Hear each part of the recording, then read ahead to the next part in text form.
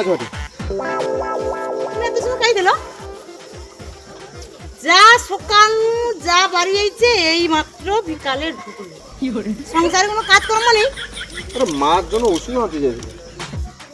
ও মাছ তোরা ওষুধ আনতে গেছিল, সংসারে কি খাওয়া দাওয়া সে চিন্তা ধারা নেই।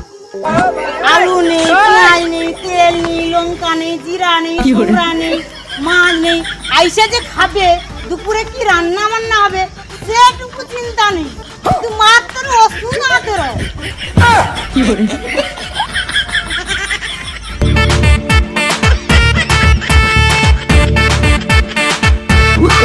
মাঝি ওষুধ দাও।